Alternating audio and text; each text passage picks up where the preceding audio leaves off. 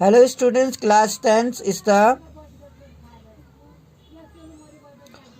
first chapter in the history, rise of nationalism in Europe. Exam की दृष्टि से ये चैप्टर आपके लिए बहुत ही ज़्यादा इम्पोर्टेंट है। फर्स्ट चैप्टर है, इसमें से एग्जाम में क्वेश्चंस आएंगे और नेशनलिज्म इन इंडिया से। तो let us start about the rise of nationalism in Europe कि क्या कुछ हुआ था वहाँ पर।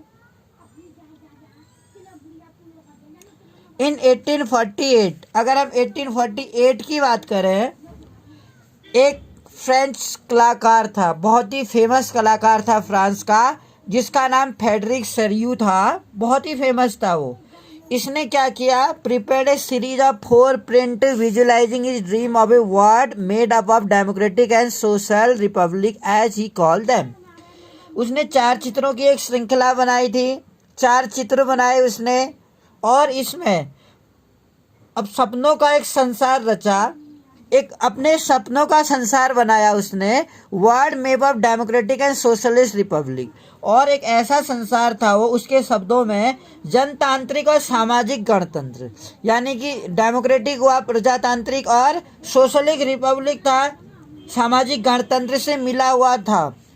उसे सामाजिक गणतंत्र बोला था उसने इस श्रृंखला में। As he call first print of the series, उसने इस पहले चित्र में यूरोप और अमेरिका, और जो पहली श्रृंखला थी, जो 4 श्रृंखला बनाई थी, तो फर्स्ट प्रिंट ऑफ सीरीज इस पहली श्रृंखला में show the people of Europe, उसने यूरोप और अमेरिका के लोग दिखाए थे, man and women of all age. और जो यूरोप और अमेरिका के लोग थे, सभी उम्र और सामाजिक वर्गों के, स्त्री पुरुष थे इसमें, सभी वर्गों के थे।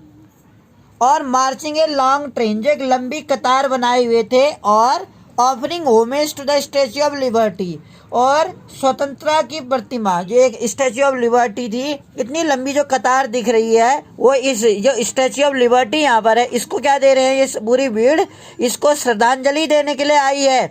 अमेरिका के और फ्रांस के, इसमें जो अमेरिका और यूरोप के बहुत सारे पुरुष और महिलाएं स्टैच्यू ऑफ लिबर्टी को श्रद्धांजलि दे रहे हैं। यहाँ भी हम देख सकते हैं, as you would recall artist of the time.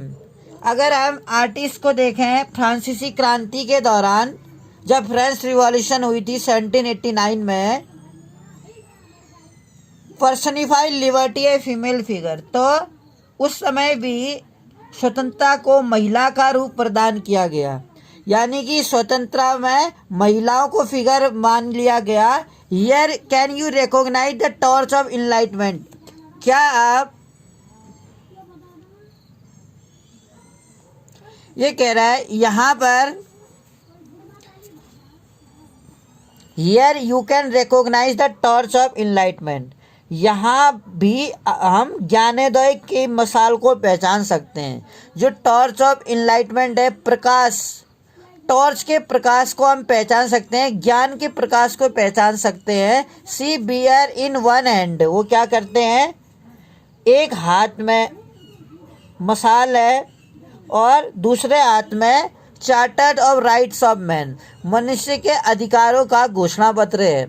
अगर हम इस तस्वीर को अगर हम मोर क्लियरली बहुत करीब से देखें तो हमें दिखेगा इसमें कि उसने एक हाथ में क्या पकड़ा हुआ है, मसाल पकड़ी हुई है, और एक हाथ में मनुष्य के अधिकारों का घोषणा पत्र पकड़ा हुआ है।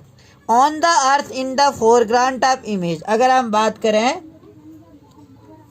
प्रतिमा के सामने, on the earth in the foreground of image lie the shattered remnant symbol of abolish institution, यानी कि प्रतिमा के सामने जमीन पर निरंकुश संस्थानों को ध्वस्त अवशेष बिखरे हुए हैं, यानी कि जो निरंकुश थे, जिन पर अंकुश नहीं लगा था, उन संस्थानों के अवशेष मिले हुए दिख रहे हैं हमें।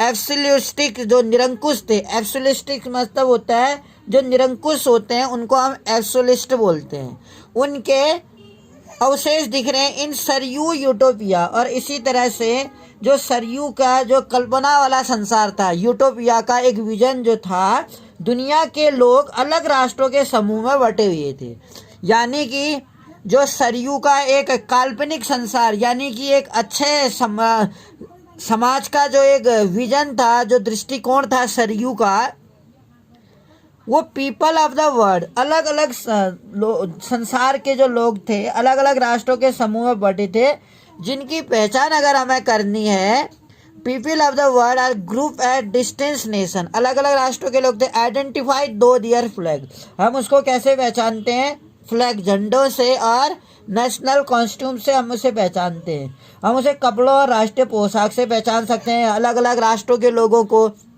ऑन पोसेशंस वे। और इस तरह से जो संयुक्त राष्ट्र अमेरिका स्वतंत्रता की मूर्ति की अगर हम बात करें, distinct national identified through their flag and national costume, राष्ट्रीय पोशाक से, leading the procession way the Statue of Liberty, ये कहता है स्वतंत्रता की मूर्ति से कई आगे इस जुलूस का नेतृत्व कर रही है।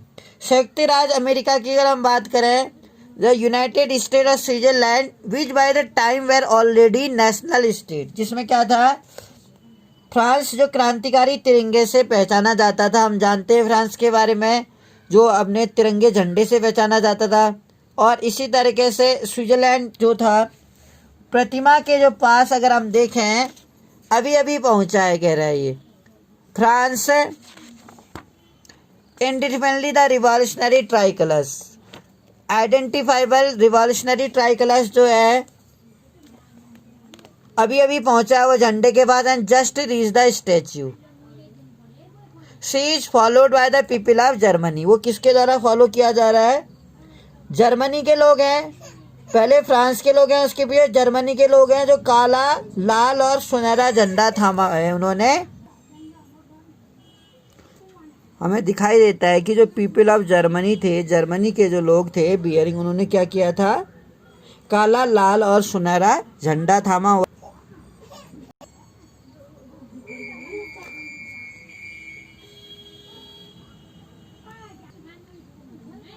तो किस तरीके से जर्मनी के लोगों ने काला लाल और गोल्डन सुनहरा झंडा थामे हुए थे, और वो फ्रांस के लोगों के पीछे थे। Interestingly at the time when Saryu created his image, मनोरंजक बात ये, दिलचस्प बात ये है कि द टाइम, उस समय में, जिस समय सरयू ने ये छवि निर्मित की, जब सरयू ने ये तस्वीर बनाई थी, इमेज बनाई थी, जिसमें German people did not yet exist A United nation, German के लोग तब एक संयुक्त राष्ट्र का हिस्सा नहीं बने थे जब ये तस्वीर बनाई गई थी।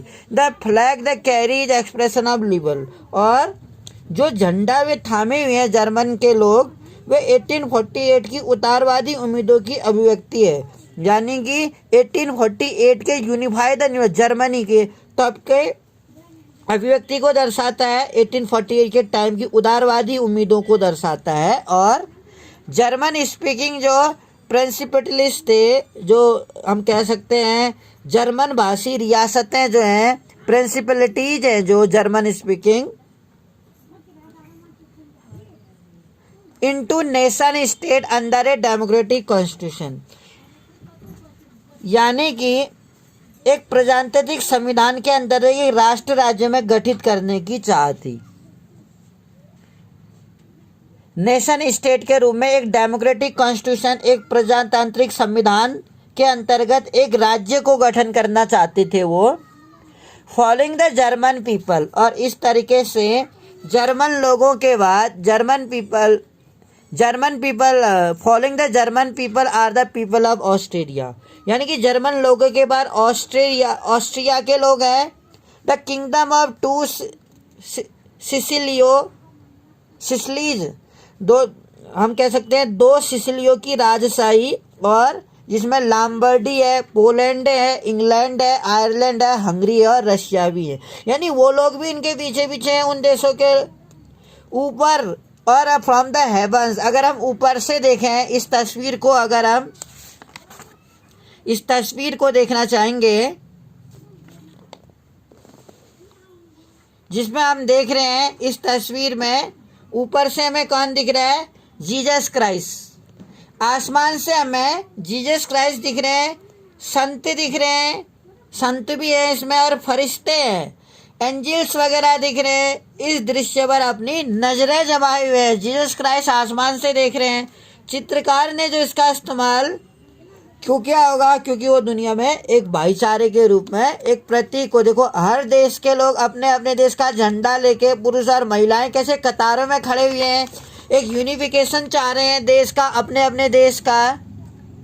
फ्रॉम द हेवन क्राइस्ट यानी कि ईसा मसीह थे, सेंट यानी संत लोग थे, एंजल्स फरिश्ते थे, गैज गैज कहते हैं वो अपनी नजरें गड़ाए हुए थे, यानी उन पर नजरें टिकाए थे। They have been use by the artist, और चित्रकार ने, आर्टिस्ट ने क्यों बनाया ये चित्र? सिंबलाइज, वो क्या करना चाहता है? फ्रेटर्निटी, एक भाईचारे को, दुनिया के देशों में भाईचारे को लाना चाहता है, यानी भाईचारे के प्रतीक के रूप में इस चित्र को दर्शाना चाहा था।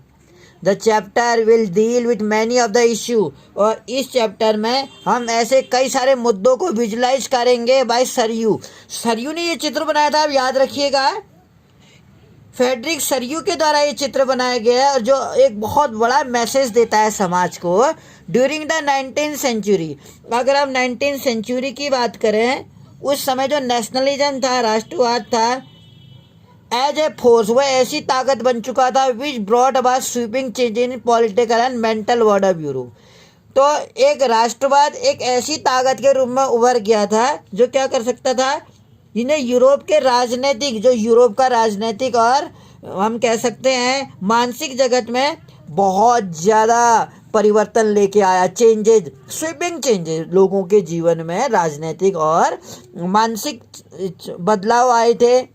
And result of the changes was emergence of national state. ये कहता है इन परिवर्तनों से यूरोप की बहुराष्ट्रीय वंशीय साम्राज्य जो थे, इस एंड रिजल्ट और इसका जो अंत हुआ किसके बदलाव के साथ हुआ?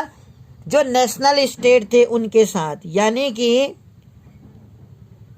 जहां पर पहले साम्राज्य हुआ करते थे, मल्टीनेशनल डायनेस्टिक एम्पायर, साम्राज्य राजाओं के साम्राज्य थे, वो अब क्या किस में परिवर्तित हो गए? वहां पर राष्ट्र बन गए, देश बन गए वो, और वहां पर साम्राज्य के स्थान पर राष्ट्र का राज्य, राष्ट्र राज्य, याद रखिएगा।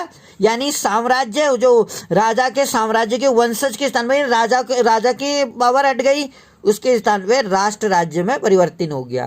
कंसेप्ट अगर हम बात करें and practice of modern state, अगर हम बात करते हैं यूरोप में लंबे समय से कंसेप्ट, जो कंसेप्ट और प्रैक्टिस थी मॉडर्न स्टेट की, वो which is centralise power exercise sovereign control over a clear defining territory and had been developing over a long period of time in Europe. यानी कि ये कहना चाह रहा है यूरोप में लंबे समय से एक ऐसे आधुनिक राज्य की गतिविधियां, याद रखिएगा, मॉडर्न स्टेट यानी होता है एक आधुनिक राज्य का जो विचार था विच इज सेंट्रलाइज पावर। तो जो आधुनिक राज्य का विचार था, अगर हम बात करें आधुनिक राज्य की,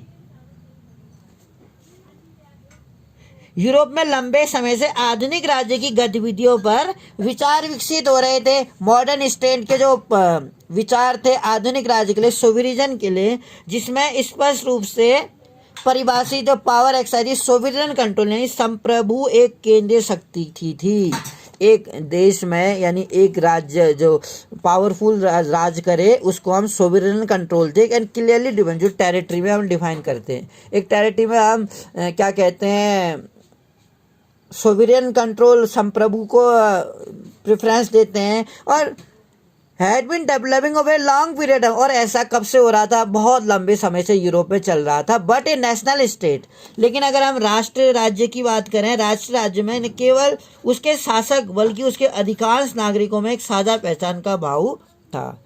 इन national state in which majority जो थी, मेजोरिटी ऑफ इट्स सिटीजन, जो नागरिकों के मेजोरिटी थी, and not only its rulers, ना केवल इसके शासकों पर, came to develop a sense of common identity, जो एक कॉमन आइडेंटिटी चाहते थे, जो शेयर द हिस्ट्री, और एक इतिहास या विरासत की भावना भी थी इनमें। मैं कुल मिला के कहना चाहूँगा कि ऐसे आधुनिक राज्य एक ऐसा राज्य बनाना चाहते थे जिस राज्य की गतिविधियां और विचार विकसित हो रहे थे।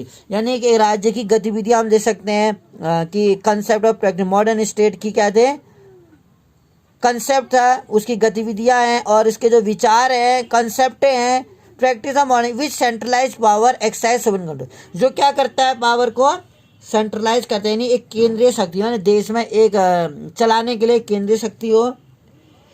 और इसके लिए ही हम देखेंगे यहाँ पर जो डेवलप है the common sense commonness did not exist from the time immemorial, और इसी तरह से साझेपन की भावना अंत काल में नहीं थी, जो साझापन लाना चाहते थे वो नहीं हो पाया, did not exist, it was fog that दो द स्ट्रगल दो द एक्शन ऑफ लीडर, और इस तरीके से ये संघर्ष जो था और नेताओं और आम लोगों की सरगर्मियों से निर्मित हुई थी। स्ट्रगल तो चल रहा था, जो आम जनता थी वो तो चाहती थी परिवर्तन हो, लेकिन कहीं ना कहीं this chapter will look at the diverse process, ये चैप्टर में क्या बताएगा, अलग अलग प्रोसेस प्रक्रियाओं पर प्रकाश डालेगा। और 19वीं सेंचुरी में नेशनलिज्म कैसे आया होगा यूरोप में, यानी कि अलग अलग राष्ट्रों के नेताओं ने कैसे एक देश में यूनिफिकेशन के लिए काम किया होगा, कितना स्ट्रगल इन्हें करना पड़ा होगा। We will study in the French Revolution and the idea of nation. हमने फ्रेंच रिवॉल्यूशन लास्ट ईयर भी पढ़ा था कि वी नो कि फ्रेंच रिवॉल्यूशन कब हुआ था, यहाँ उससे थोड़ा सा हटके हम बात करेंगे इस चैप्टर में कि फ्रेंच रिवॉल्यूशन क्या था, और इसमें जो नेशनलिज्म था, नेशन था, उसका विचार क्या था। We will study in the next video. Thank you for listening me.